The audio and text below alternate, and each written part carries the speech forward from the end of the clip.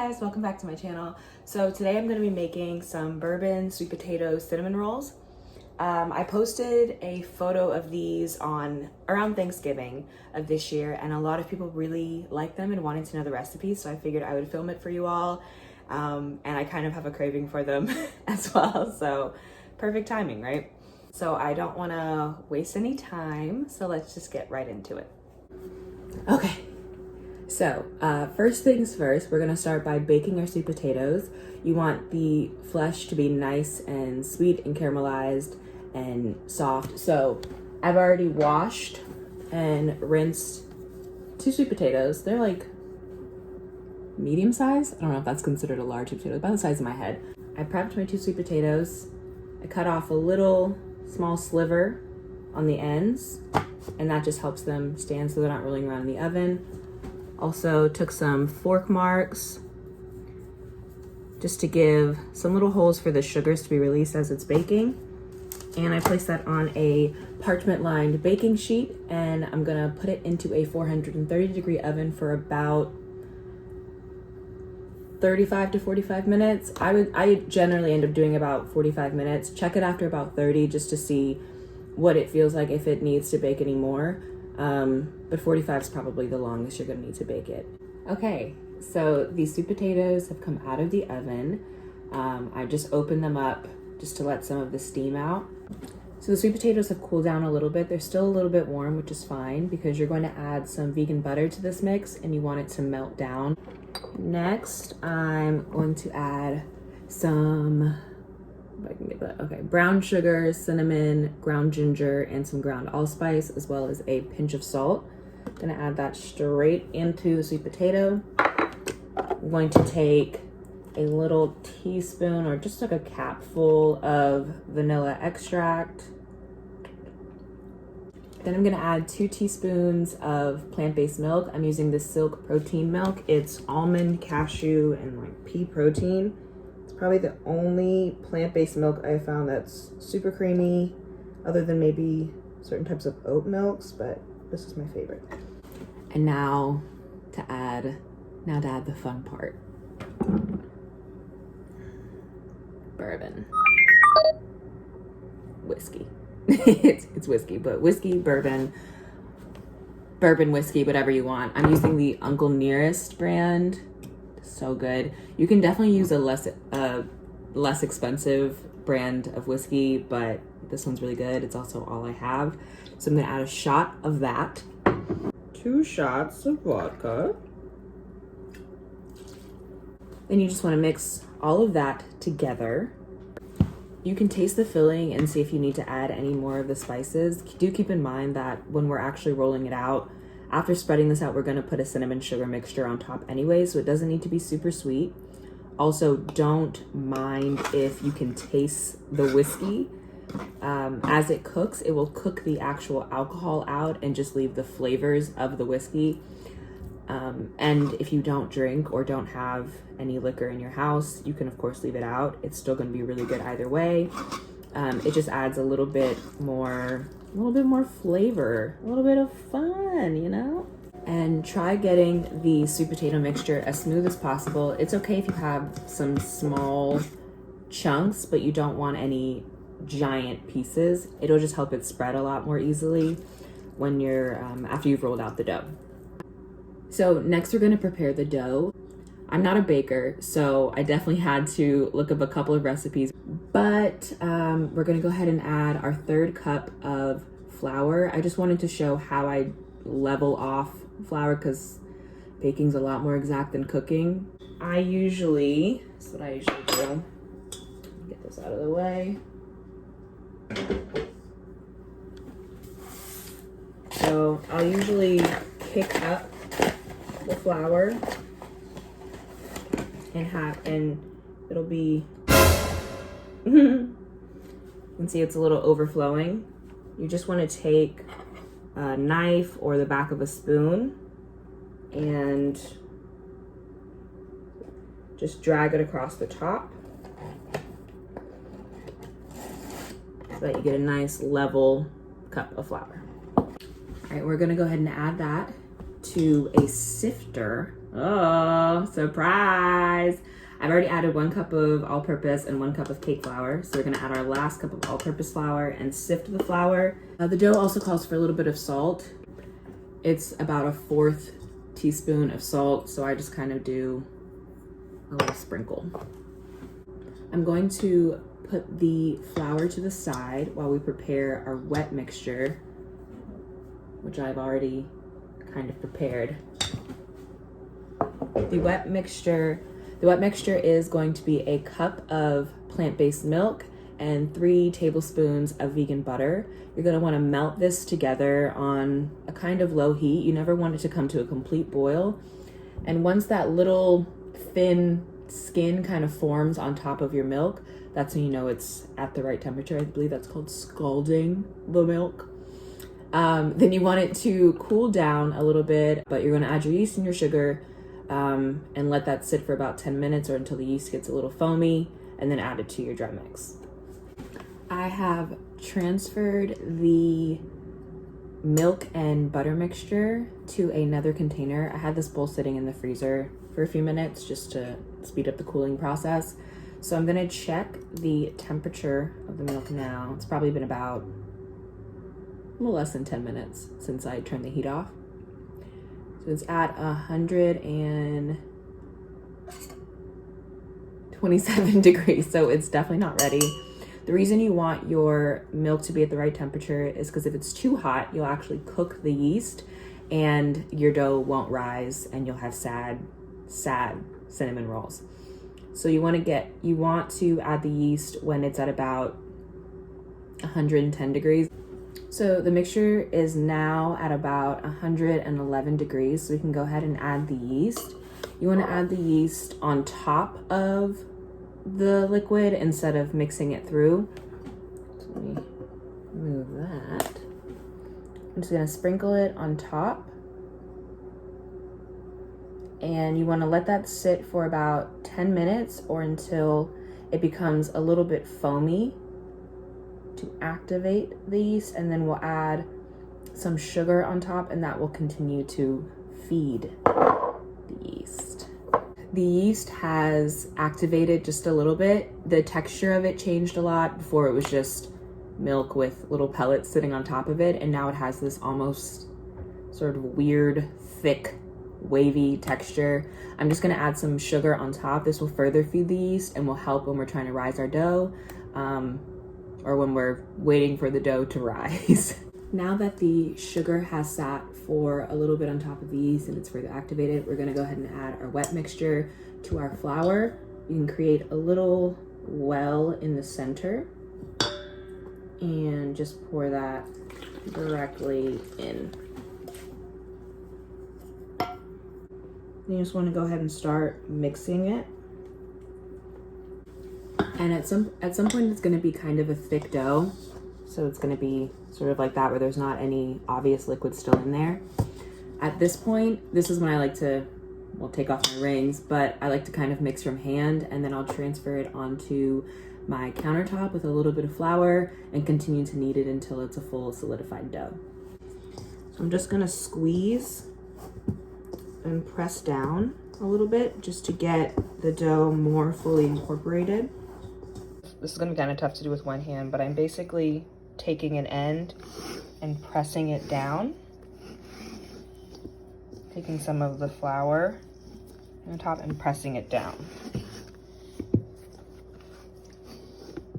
And at this point, it's still pretty crumbly.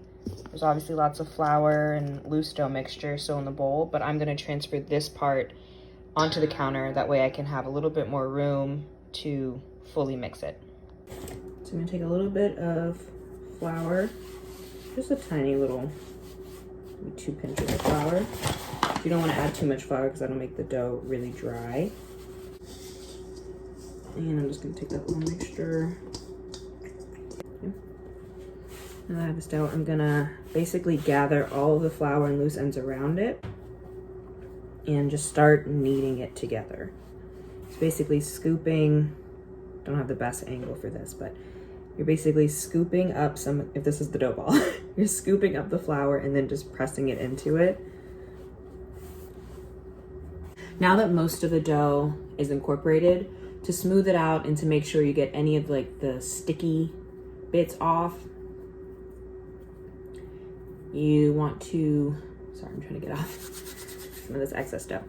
You just want to start kneading it. I'm not a professional baker, so I don't know how to properly knead things, but from what I've seen, there are two different ways. You can knead with both hands by pressing with the heels of your hands, pressing it down and bringing it forward, and then turning the dough this way so that you can still press it and move forward. You can also do that with one hand, just until the dough is nice and smooth and there isn't any flour or small pieces of dough coming off of the dough. And it's okay if the dough is a little sticky at the end. You don't want it to be separating or spreading apart, but a little bit of stickiness is fine. It's a good little arm workout, that's for sure. And if you use 3 cups of all-purpose flour, the kneading time might be slightly different and the texture of your dough might be slightly different, but it should still have a little bit of give to it and it shouldn't be completely dry. It should feel a little tacky, but not sticking to your countertop. Okay. And once the dough is no longer sticking to anything, like once there's no loose pieces coming off of it and it's a whole dough ball, it's going to be about that size. That's not really a good indication of size, but you just want it to be compact. So now we're going to transfer it back into the original bowl that we mixed everything in. Put a little bit of oil on the sides of the bowl and then cover your bowl with a damp kitchen cloth or a damp towel of some kind. You're going to want to stick it in the oven for about an hour or until it's doubled in size. And you can use any type of oil you want, coconut oil or whatever. I'm going to use olive oil. It's the oil that I have. Just use a little bit in there.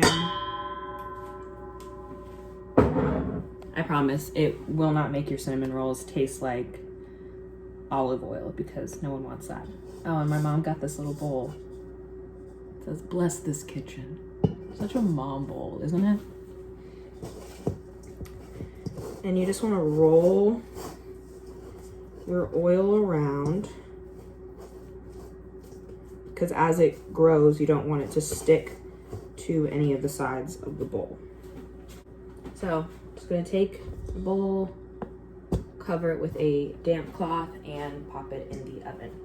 So our dough has risen and it has just about doubled in size. It's still really soft. It's a nice bouncy, soft, fluffy texture. You do want to add some more flour to your surface so that the dough doesn't stick. Once again, another thin layer.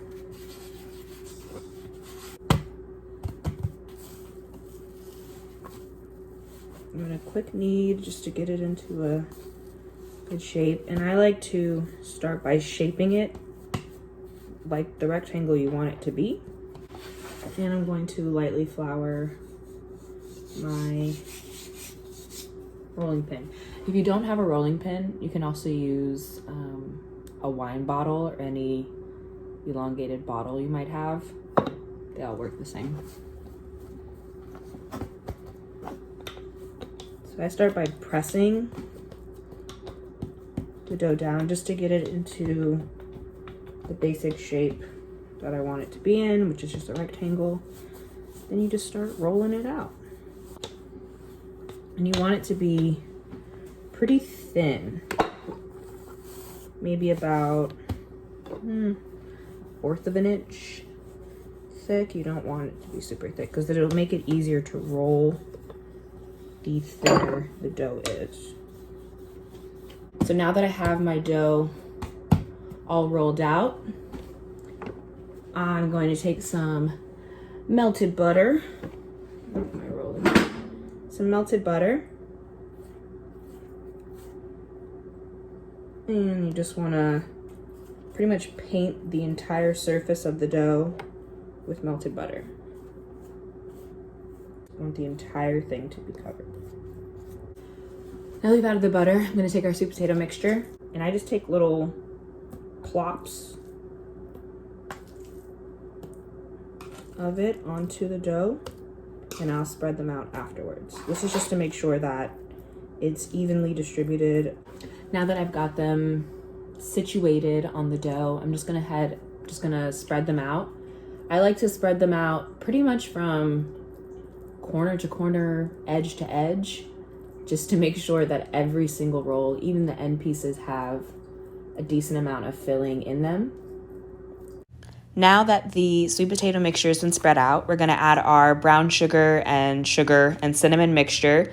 You wanna make sure you cover the entirety of the dough, make sure there are no empty pieces. Now that we have covered our sweet potato in the cinnamon sugar mixture, we're gonna top that with crushed walnuts. There's not really a specific measurement for it. It's really just a matter of preference in terms of how many you wanna add. I clearly really like walnuts, so I'm adding quite a bit. So if you don't like walnuts, you can leave them out completely, or you can replace them with the different, like pecans would work really well in this, but I like walnuts and I don't have a nut allergy. No one that I will be serving them to has a nut allergy, so I don't need to worry about that. You can also put them on top after you bake them and add the glaze and everything like that. You could do that if you wanted them on top. So I'm gonna start from the end of the roll that's closest to me and just kind of start a roll. Pinch it at the bottom just so it stays put as you're going across. And I like to do, I guess, kind of a tighter roll. Roll it over. And then make sure you have a nice tight roll on all the ends. And when I get to the edge, I'll show you back here, I like to just roll it up and pinch it. And then I kind of press it down just to make sure that that seam holds a little bit better. Now to cut it, if you have a super sharp knife, you can definitely use that. I don't have any knives that are sharp enough to start the cut, so I take just a small piece of black thread. You can also use dental floss that isn't flavored, because you don't want these to be minty, and cut through them. Okay, so I just use some black thread, and I start in the middle. I just press it down and kind of start sawing through the roll. It doesn't need to go all the way through because I am going to go back with a knife just to get it all the way through, but just to start the roll so it doesn't flatten out the dough too much. So here's how the rolls look after I cut them. They're all a nice uniform size. So now what's gonna happen is I'm gonna let them proof again in the oven, uncovered, just because I don't think they're gonna get tall enough that the towel will touch them, but I just don't want that to happen if it does. So I'm gonna let them proof again in the oven for about another 45 minutes to an hour, or until they've doubled again in size. Then I'm going to make a sort of egg wash, obviously with no eggs, and then we'll stick them in the oven and bake them, and then glaze them, and then eat them. So I'm gonna preheat the oven to 350 degrees, and then I'm going to brush my rolls with my vegan egg wash mixture. I will put them in the oven for about 25 to 30 minutes. You can do maybe a minute or two over if you want them extra golden brown. So I'm gonna go ahead and brush them. And you just wanna make sure each roll is covered in the mixture. Oh, and I didn't mention this before, but before you place your rolls in the baking pan, you want to make sure that you spray it down with either some sort of non-stick spray, or you can rub it again with some oil or vegan butter, just so the rolls will come out really nice. Once they're done baking, they'll pop right out of the pan. All right, so I have taken the cinnamon rolls out of the oven. They ended up being there for about 32 minutes, and I have let them cool for about 5 minutes, 5 to 8 minutes. I already prepared the glaze. It's powdered sugar, a little bit of almond milk, and maple syrup. I'll have the full amounts for the glaze as well as the entire recipe in the description down below. So be sure to check that out if you just want a nice little like printout or screenshot of the recipe. Excuse me. And this is sort of the texture that you want the glaze to be: runny, but still pretty thick.